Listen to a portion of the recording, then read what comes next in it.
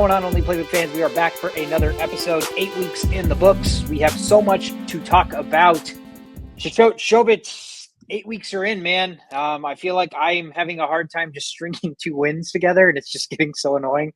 Win one, lose one, win one, lose one. Can't get any kind of run going. Shobit, maybe you can relate. Shishot, you probably can't. So just tell me how you're feeling. I can relate. I have the second most points scored, only down 2 less points, and I'm not in the playoffs in one of my leagues, so it's very frustrating. Damn, that sucks. Just been shitty matchups, like high scoring matchups, taking the L's or what? Yep. Just keep playing against all the 130s and the 140s. It is what it is. It'll even out eventually, right? You just got to keep persevering, and by the time we get to week 14, we'll have some more insight because of this podcast, and other people won't. And there's gonna be last minute people like Cedric Tillmans and all these people popping up out of nowhere, and we're gonna be on top of it, and others won't. So. Yeah, in another league that I'm in, I won the matchup. Like, it was 170 to 167, and one of the driving forces behind that was the fact that Cedric Tillman was on one of my flex spots. So that was fortunate. I really needed to win that to have any chance of like getting into the playoffs. The league that we're in, man, it's madness. All right, there's injuries, there's Devontae Adamisms, there's Tyreek Hillisms, and it's just terrible to be a part of. I can't relate in the sense that I do have consistency, and it's consistency losing. So I'm sorry, I don't relate to you there. And it's just the fantasy, it's just a weird year for me. Yeah, no, I kind of sense that because I don't feel as much engagement from you in the group because I feel like you're just like inevitably accepting defeat every week, and it is a shitty spot to be in, man. When you have great players, I think we've all had years where you have like a really good roster, and for some reason they just don't perform and just not up to your expectations. And right now, again, I look at your roster and you have a great team, and it's really annoying to see Devontae Adams, a household name, Tyreek Hill, a household name, just continue to do what they do. So again, the reality is we still have half of an entire season left. Sometimes we get bogged down. I get bogged down in the L's, and it's so easy to forget that, you could go 6-2, 5-3. You could even go 4-4 the rest of the way and somehow make the playoffs. So the season is definitely not over by any stretch of the imagination. I wanted to start things off, guys. We're a fantasy football podcast. We need to see how good we are at remembering how things are going as the season progresses. So quick little exercise for the two of you guys. If you guys are ready, we'll do a little back and forth. We'll go by position. And it's easy. I just want the top 5 players at every position. We'll just go back and forth. So like Shishot will name one, Shobit will name one. It doesn't have to be in order 1 through 5. You just need to get one of the 5. If you don't get one right, you miss it, and then it goes to the other person. So the goal here is to fill top 5 of every position. It's a friendly competition. I'm not keeping score, so no sweat or anything. But I just want to see kind of where your head's at. The perception of who should be top 5, but versus the reality of who actually is top 5 is kind of what's enticing to me when I went back and did this. So are you guys ready? Let's do it. I think so. All right. I'm gonna flip something. I'm gonna flipping something imaginary right here.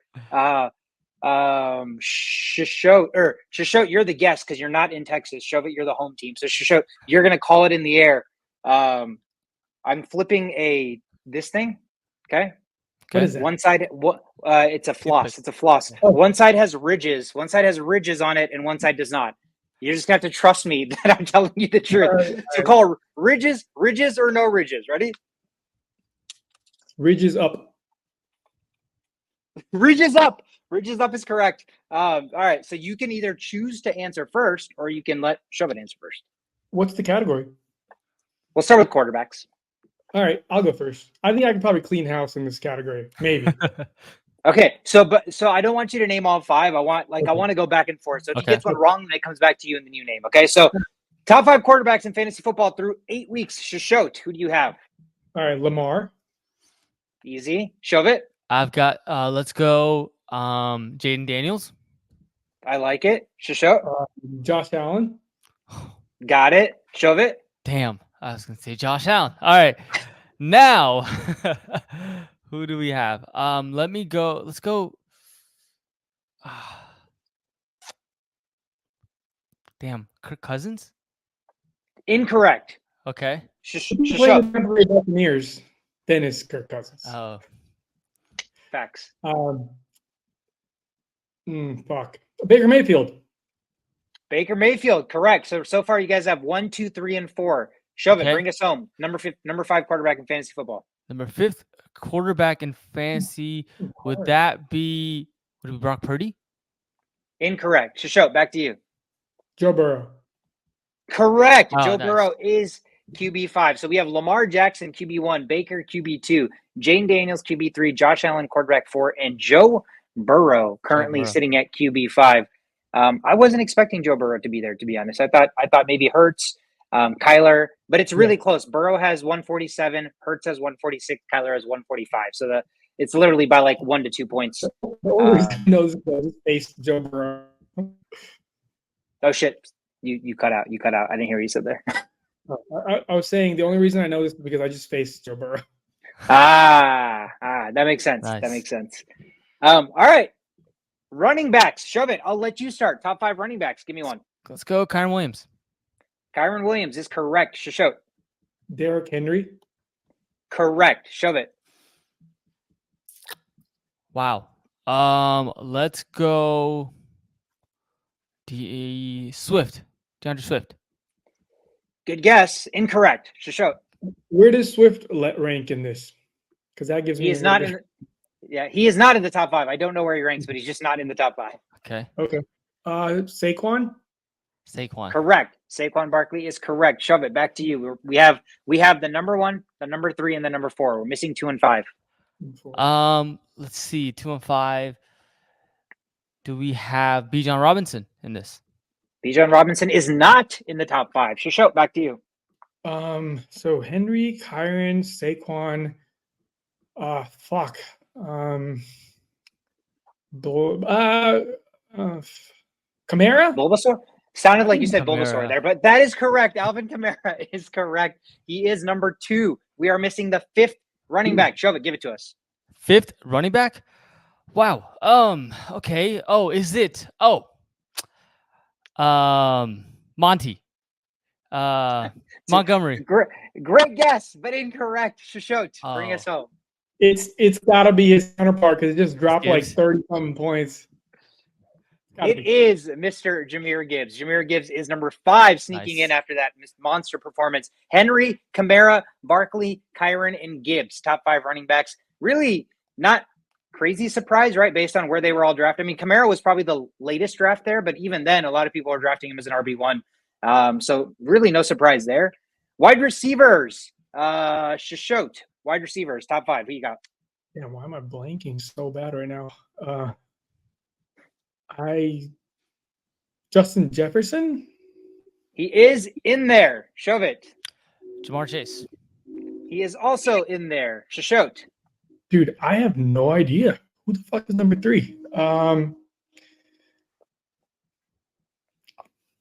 don't know. Tyreek Hill's not in it. CeeDee Lamb squeezed in there somewhere? CeeDee Lamb is in there. Shove it. Back to you. Chris Godwin. Chris Godwin is correct. Way to pull that one out. Give me number 5, Shishot. This would be impressive. Dude, I have no idea.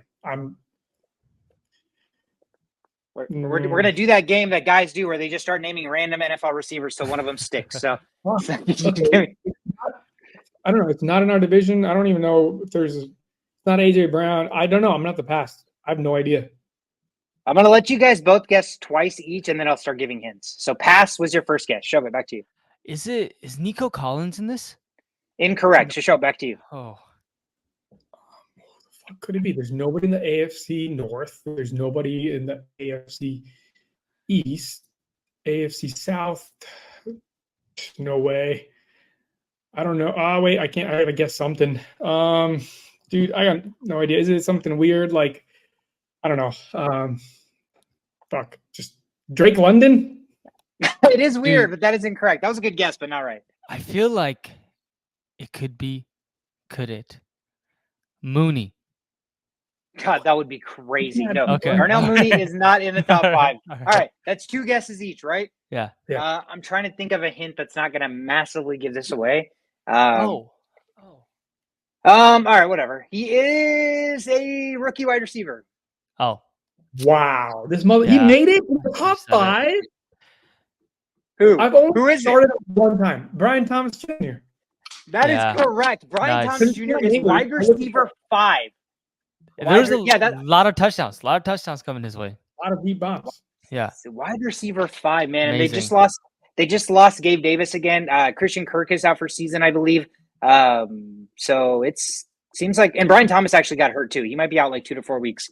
But they also said, they said they're optimistic maybe he plays, but then they also said 2 to 4 weeks. But if he keeps playing, pretty insane trajectory and pretty good company for you to be in the top 5 as a rookie, considering you weren't even in the top 3 best receiving rookies coming in. You know, the Neighbors, the Harrisons, the Romadunze. So impressive for Brian Thomas Jr. Let's go to tight ends. Shove it. Top 5 tight ends. Bring us home.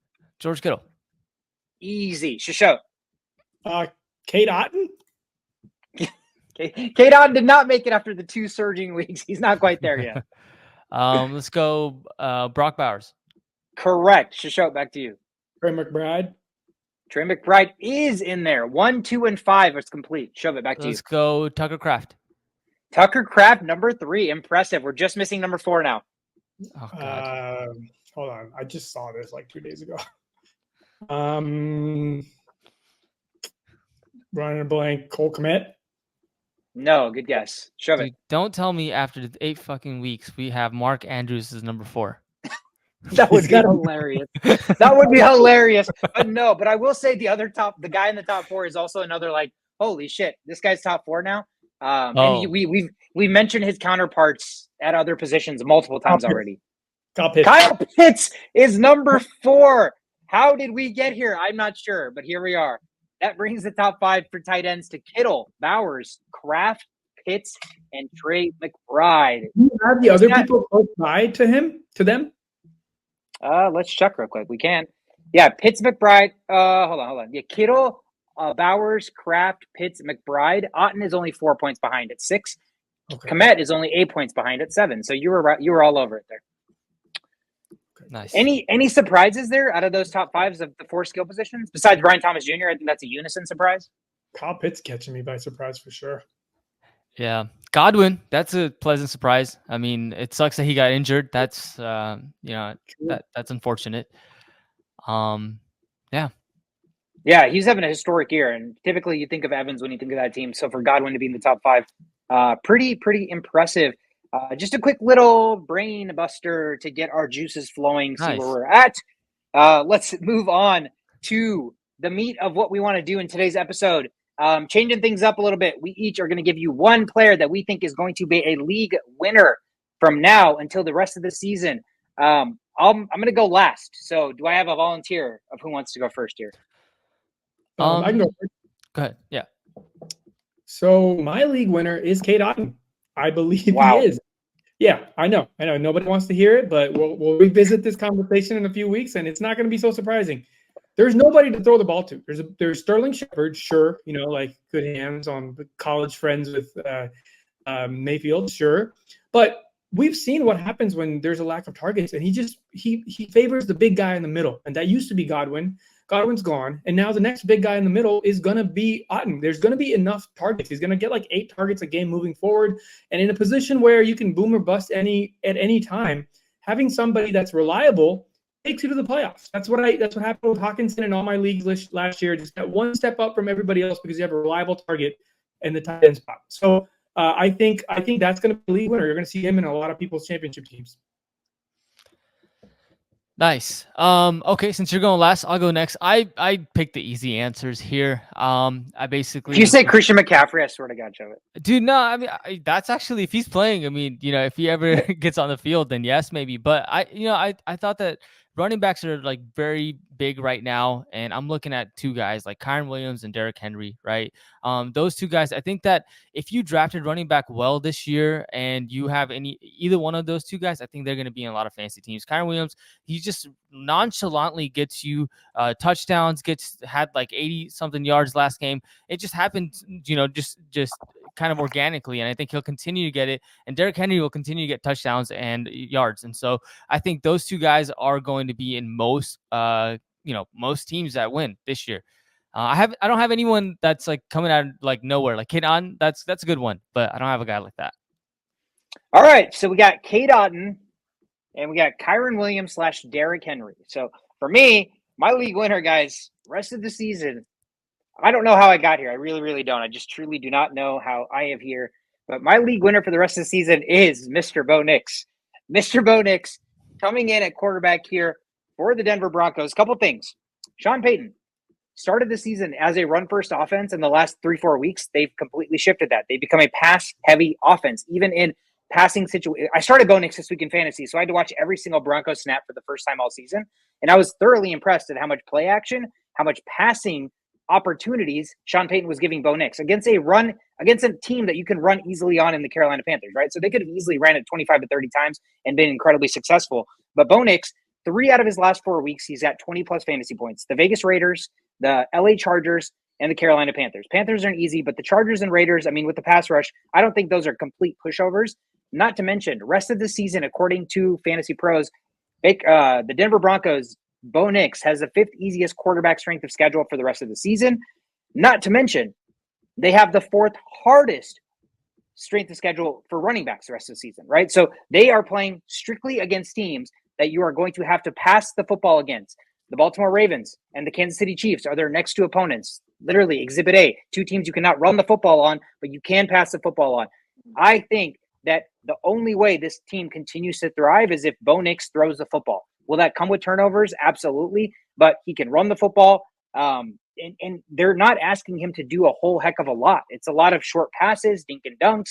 He's getting a lot of play action. So they're scheming up a lot of open passes for him. And he was incredibly accurate last week. I think that was my biggest thing with him. So considering the fact that the quarterback position, the strength of schedule is incredibly high, they are a run-first team or a run-oriented team that's going to have a gauntlet of a schedule for running backs the rest of the season. I think game script-wise, everything-wise, Bo Nix is in an incredibly favorable position. He is an undrafted quarterback in fantasy. If you scooped him up, you were a Anthony Richardson owner. You drafted, Dak. You drafted C.J. Stroud. You drafted Patrick Mahomes. All of those teams, roster-wise, outside of the quarterback, could be incredibly well constructed, and you're just missing a quarterback to put you over the top, and that's where Bo Nix comes in. So to me, Bo Nix has a really, really good shot of being a league winner simply because of the price you're paying for him and the fact that if you're searching for a quarterback, chances are the rest of your roster is already constructed in a pretty good way. Do you guys have thoughts, concerns, comments? Am I crazy? No, I like it. I like it. It's like the Fields principle from last year. You're going to get points from the ground for sure. He's going to run for 40 yards minimum every single game.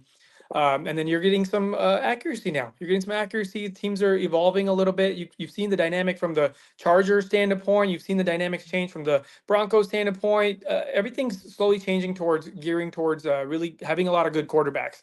And Bo Nix is at near the top of that list of people that are going to put up 20 points a game. Yeah, I'm easily rest of the season. If somebody was like, would you trade me, Patrick Mahomes, for Bo Nix? I would do it. Would you trade me, C.J. Stroud, for Bo Nix? I would do it. I don't think it gets talked about enough with C.J. Stroud. Yeah, because he's getting overshadowed by the shitocracy that is Patrick Mahomes in terms of passing quarterbacks or quarterbacks that are staying in the pocket or not doing what they're supposed to be. C.J. Stroud has been awful. He's been out. Granted, Nico Collins got hurt, and now Stephon Diggs is out for season. But his fantasy production has been piss poor. I mean, it's a la Mahomes right now, right? So you're looking at elite quarterbacks who are not relevant in fantasy for 8 weeks now. Do I think that could change? Certainly. Mahomes had one of his best games since week 12 of last year, and he put up like 16 fantasy points, guys. 16 fantasy, 17 maybe max, 16, something atrocious. So there is an opportunity for even guy like Daniel Jones. It's crazy if he doesn't get benched. He has a higher fantasy floor, in my opinion. You look at Drake May, if that concussion isn't serious, he has a higher fantasy floor than Mahomes and CJ Stroud. So, again, we're viewing this from the lens of fantasy football, so I'm not shitting on these amazing quarterbacks, but the reality is they're not providing us the service that we require. So, again, I really, really like it. If I didn't have Jane Daniels in both leagues, I would be rostering Bo Nix and probably comfortably starting him until further notice, to be honest. So, to me, Bo Nix is going to be my league winner for the rest of the season.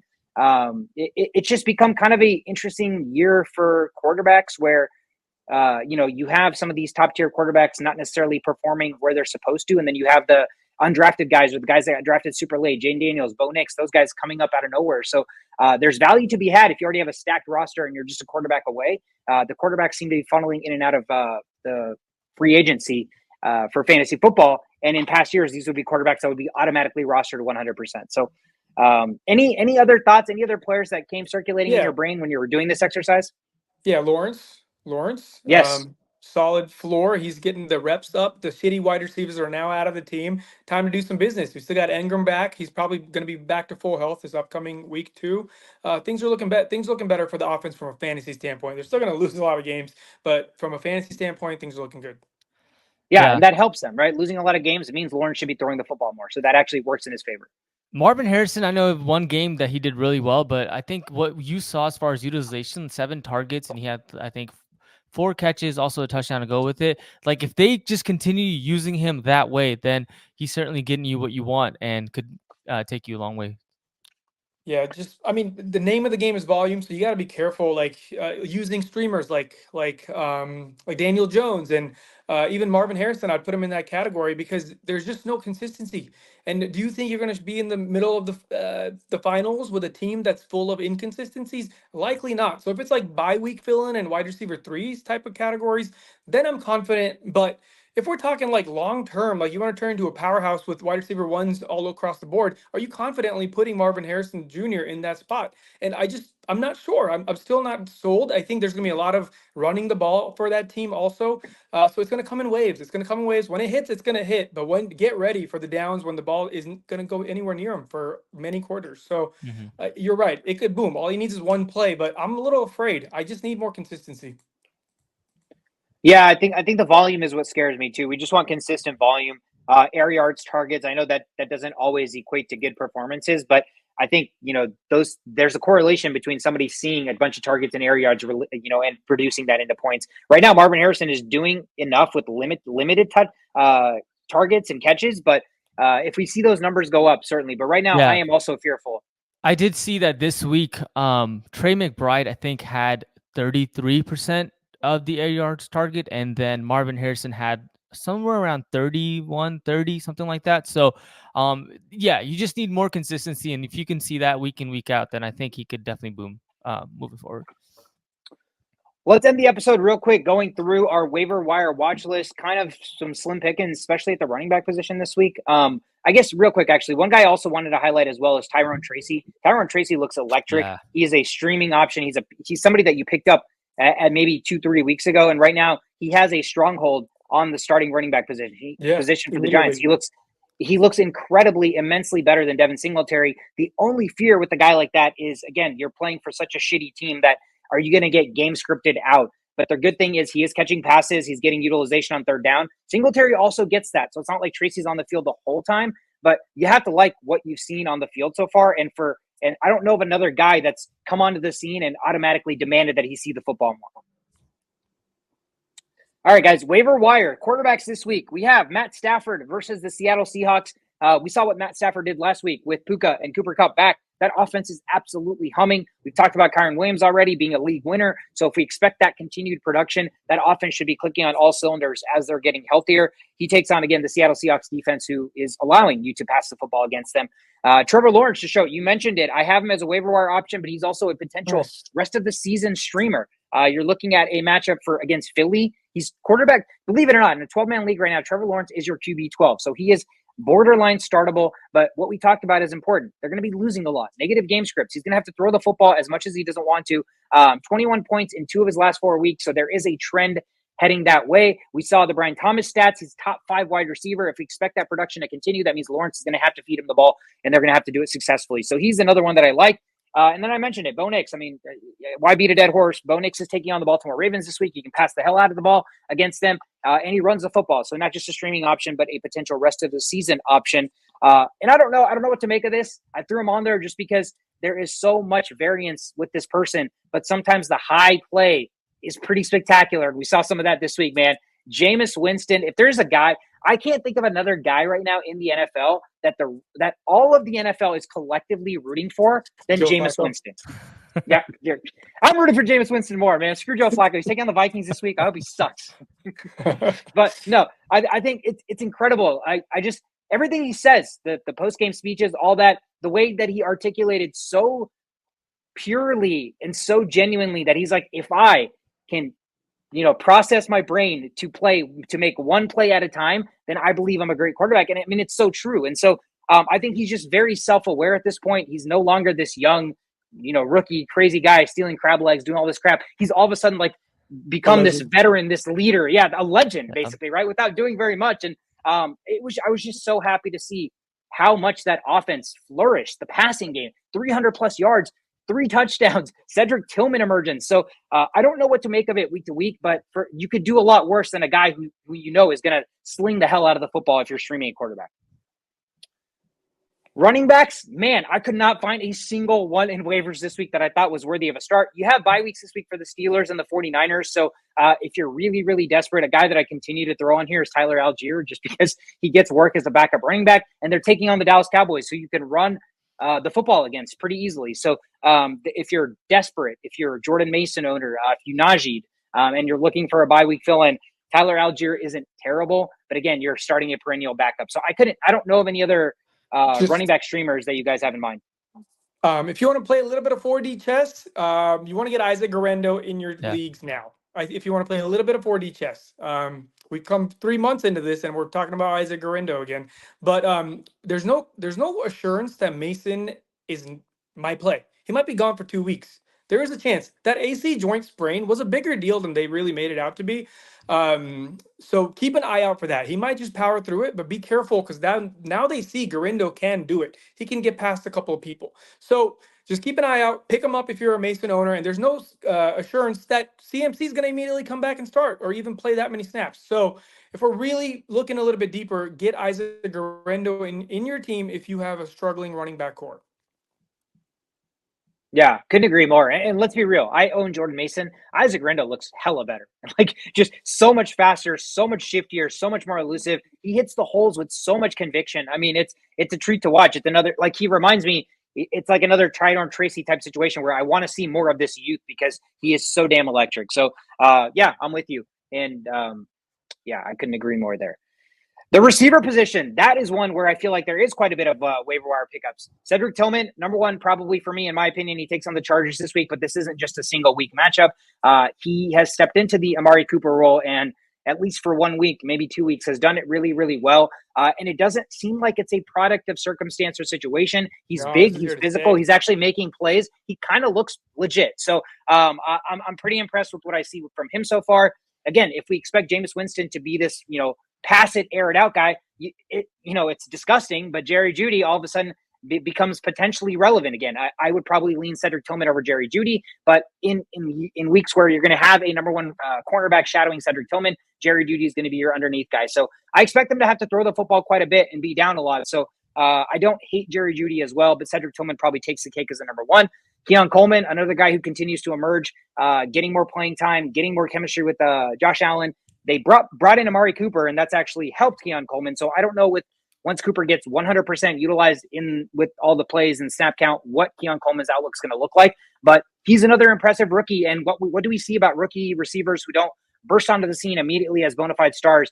By like halfway point in the season, second half of the season, usually they're making waves. So that's where you really want to make sure that you have some of these studs. Jalen McMillan, we talked about it. Personally, not very impressed. I don't know that he really has enough to be productive week in and week out. And we've seen how Baker can thrive with running backs and tight ends, that he doesn't necessarily have to throw it to his receivers. Nature of process of elimination, I think McMillan probably takes the cake over Sterling Shepard and Trey Palmer, but I'm not excited about starting McMillan in any given week. But I also don't hate it because the passing game and the volume that Baker provides with the pass game. So not the worst position to be in. And then I already mentioned it, Jerry Jeudy. Any other receivers that I may not have brought up? I got one. I got a good one. I got one that will take over your top 10 spot. I got one that now is going to even play better moving forward. I got one that scored 3 touchdowns in the last 5 games, and now the number one option's gone. It's Xavier Legette. Get this man in your fucking team before I'm going to copy this and paste this in front of your face. If he's sitting in your bench or if he's sitting on the free agency in your league, you're all dead to me, okay? Just understand what this means. You have a number one wide receiver that's getting targeted in the red zone in a team that sucks ass and also has a defense that sucks ass and is trying to look for the future. Do the math. This is a huge boom potential. Nothing but booms coming your way. At least, 13 to 14 targets a game coming your way? Adam Thielen's coming back shortly, but I don't think that's going to change much. It may change a little bit, but not much. Hella targets. touchdowns. It's just raining. It's raining points. Yeah, I think that's a great point. No Deontay Johnson. You mentioned Thielen, so yeah, should get the targets now. Yeah, Deontay traded to the Ravens, which we didn't even really discuss, but that's a whole nother situation there. But yeah, process of elimination, they're getting younger. Leggett seems like he is clearly the better young receiver over Jonathan Mingo. So if someone's going to get the opportunity to be the guy, it's going to be. And hold on, I can't figure out if the guy who was commentating the Panthers game just continued to say his name wrong, or if this is in fact how you say his name. I don't want to believe it. I don't want to believe it. It's Xavier Leggett. Leggett is what they're saying. Yeah. I don't know. I thought it was Leggett this whole time. God, man, I swear some of these prospects. So maybe, yeah. He's from the South, right? So maybe it's the French word is Leggett, but he's from the South. So they just say it with a little bit of Lee. I don't know. Yeah, it's French. It's French. It's like baguette, but Leggett, right? That's what I'm expecting. Yeah, so, maybe. But I just feel like there's a lot of, at least since we started doing draft stuff, I feel like pre-draft you have these guys pronounce their name a certain way, and then they come into the NFL, and all of a sudden they're like, I need to re-image myself. You have to say my name a certain different way now, and I'm like, what? Come on, dude. What about Derrick Shaw? Like, bro, if the name's on the back of his jersey, there's no H in there. Why you keep saying Derrick Shaw? Bro, Kirk Herbstreit needs to stick to college football, man. That shit is atrocious. Okay, tight ends, real quick. I have a big one. Taysom Hill. Taysom Hill is taking on the Carolina Panthers this week. Derek Carr might be back, but it is the Carolina Panthers. And if I expect one player to potentially rumble into the end zone one time here, it is going to be Taysom Hill. Is this the last Taysom Hill appearance on this podcast until he scores a touchdown? I don't know, man. I don't know. I mean, I sure hope not. I sure hope not, but it certainly could be. I just think the matchup he got healthy last week and they didn't have Derek Carr. They used him more. He wasn't super effective, but this matchup is so advantageous that if they need to give Kamara a breather, Taysom Hill is going to rumble it in. And then Hunter Henry seems to make it on there every week. For some reason, he's not consistently rostered because he's tight end 11 and no one's super excited about it. But he is tight end 11, so do with that what you will. Fun fact, but like the negative kind of fun fact. In the week of tight end all these tight ends that were doing nothing scored a touchdown. And then Hunter Henry, who's been actually doing some things out there, didn't get a touchdown and had one of the worst days of the week. So it's crazy. That's just unfair, Hunter Henry. I feel bad for you. Hayden had to be in. It happens every year, right? Like I think that when it's tight end weekend, they're just game planning to give it to tight ends because Kittle always goes off. All the Mark Andrews, they always go off on tight end weekend. Besides, doesn't really seem to make sense. It's almost like the tight ends are the only ones that know that it's tight end weekend. Do the defenses not get the memo that it's tight end weekend? It's the NFL and it's just a bunch of moolah talking. That's what it is. So defenses are being paid to let the tight end score on national tight end is what I'm hearing. NFL owners are being told their coaches that get the ball a little bit to your tight ends. We're paying a lot of money for this tight end you advertising. Oh my God, what a shenanigan. I can't wait till we have kicker weeks and then I can just watch freaking Will Riker get 20 points and then defense week. So make it happen for every position, man. All positions matter, man, not just tight ends. So that is it for another episode of The Only Playbook. Thank you guys so much for tuning in. If you're watching, hit the like, hit the subscribe. It helps spread the word. You can listen to us anywhere you get your podcast, socials, Instagram, Twitter, TikTok, at The Only Playbook. I'm Sweetcard, that's Shovit, that is Shishot. Thank you guys so much for tuning in. Have a fantastic week. We'll see you next time.